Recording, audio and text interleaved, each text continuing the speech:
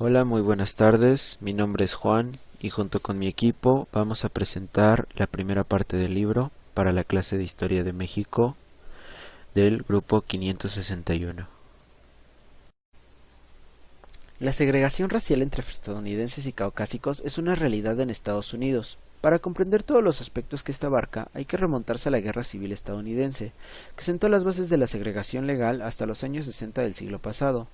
Solo así se podrá entender las desigualdades actuales a las que se enfrentan los ciudadanos negros por el mero color de su piel. La esclavitud fue abolida por la promulgación de emancipación del año 1863, promulgada por el presidente Abraham Lincoln. En realidad esta disposición estaba compuesta por dos decretos presidenciales, en plena guerra de secesión.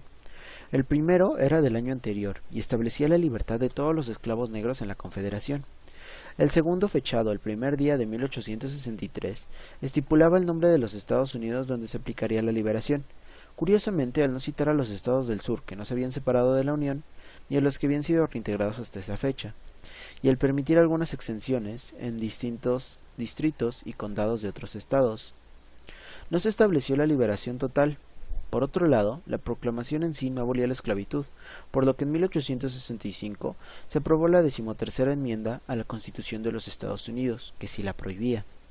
Por su parte, la 14ª enmienda, propuesta en 1866 y aprobada 2 años después, definía lo que significaba la ciudadanía nacional, aboliendo la decisión del caso Dred Scott contra Stanford, que excluía a los esclavos y sus descendientes libres de tener derechos constitucionales, y obligaba a los estados a proteger la igualdad de las personas, no pudiendo legislar contra sus derechos como eran los de la vida, la libertad o la propiedad. La garantía de los derechos pasaba al gobierno federal frente a lo que había ocurrido hasta entonces, ya que había sido potestad de los estados. Por fin, la 15ª enmienda, aprobada en 1870, establecía que los estados no podían impedir votar a un ciudadano en razón de su raza, color o condición anterior de esclavitud.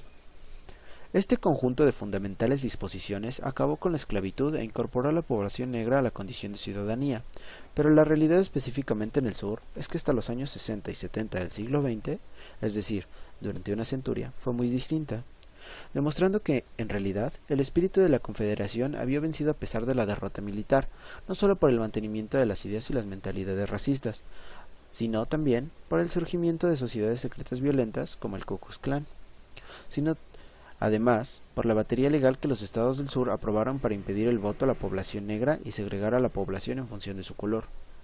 El norte terminó por permitir esta situación a partir de la Gran Depresión de 1873, la primera gran crisis del capitalismo, cuando los precios agrícolas se hundieron y en el sur comenzó a crecer el descontento por esta situación económica y por la permanencia del ejército de ocupación.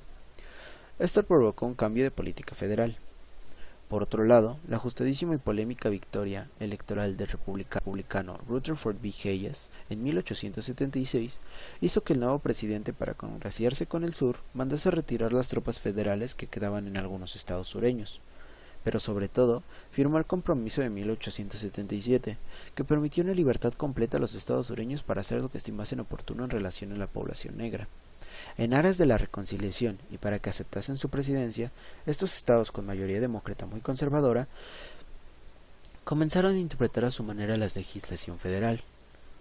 En realidad, debemos entender que el Partido Demócrata durante el siglo XIX era muy distinto al que luego cambiaría por una serie de factores y fundamentalmente con la presidencia de Franklin Delano Roosevelt. Los demócratas representaban al sur más refraccionario y reaccionario frente a los demócratas del siglo XX, en el lado liberal de la política norteamericana. En los estados del sur existían los denominados códigos negros, que habían comenzado a promulgarse a partir de 1830, y que controlaban el trabajo, las actividades, los desplazamientos de los antiguos esclavos y permitían a la servidumbre pagar por sus deudas. Estas disposiciones se ampliaron y se transformaron ante la nueva situación provocada por las disposiciones federales, especialmente en relación con la segregación y el sufragio, en lo que se le conoce como el sistema o las leyes de Jim Crow.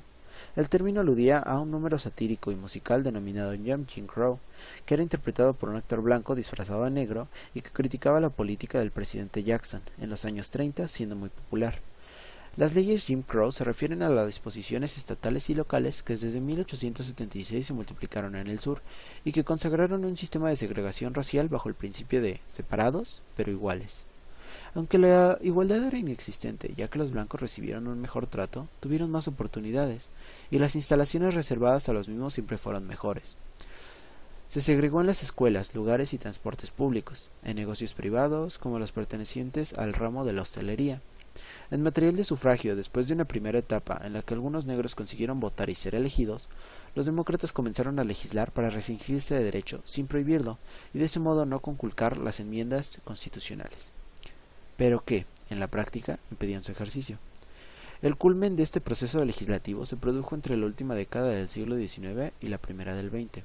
Se establecieron muchos requisitos que afectaron a casi todos los negros, y a una parte importante de los blancos en situación económica muy precaria. Había que pagar un mínimo de impuestos, pasar pruebas de alfabetización y comprensión lectora, cumplir con requisitos de residencia y estar inscritos en un registro. Muchos blancos pobres pudieron soslayar estos requisitos si demostraban que eran descendientes de personas que hubieran tenido el derecho de voto antes del estallido de la Guerra de Secesión, según las denominadas cláusulas del abuelo. Era evidente que los negros no podían alegar esta condición. Las leyes Jim Crow llegaron a generar toda una cultura de la segregación, que marcó la vida y la convivencia de una parte fundamental de los Estados Unidos. Y a pesar de la lucha del movimiento por los derechos civiles, las sentencias judiciales y las leyes y políticas desarrolladas por la Administración Federal Demócrata a partir de los años 60 se han mantenido con un evidente resurgir en los últimos tiempos. Solo mediante la igualdad racial puede un sistema político ser considerado verdaderamente democrático, y lo cierto es que aún queda un largo camino por recorrer para conseguirlo.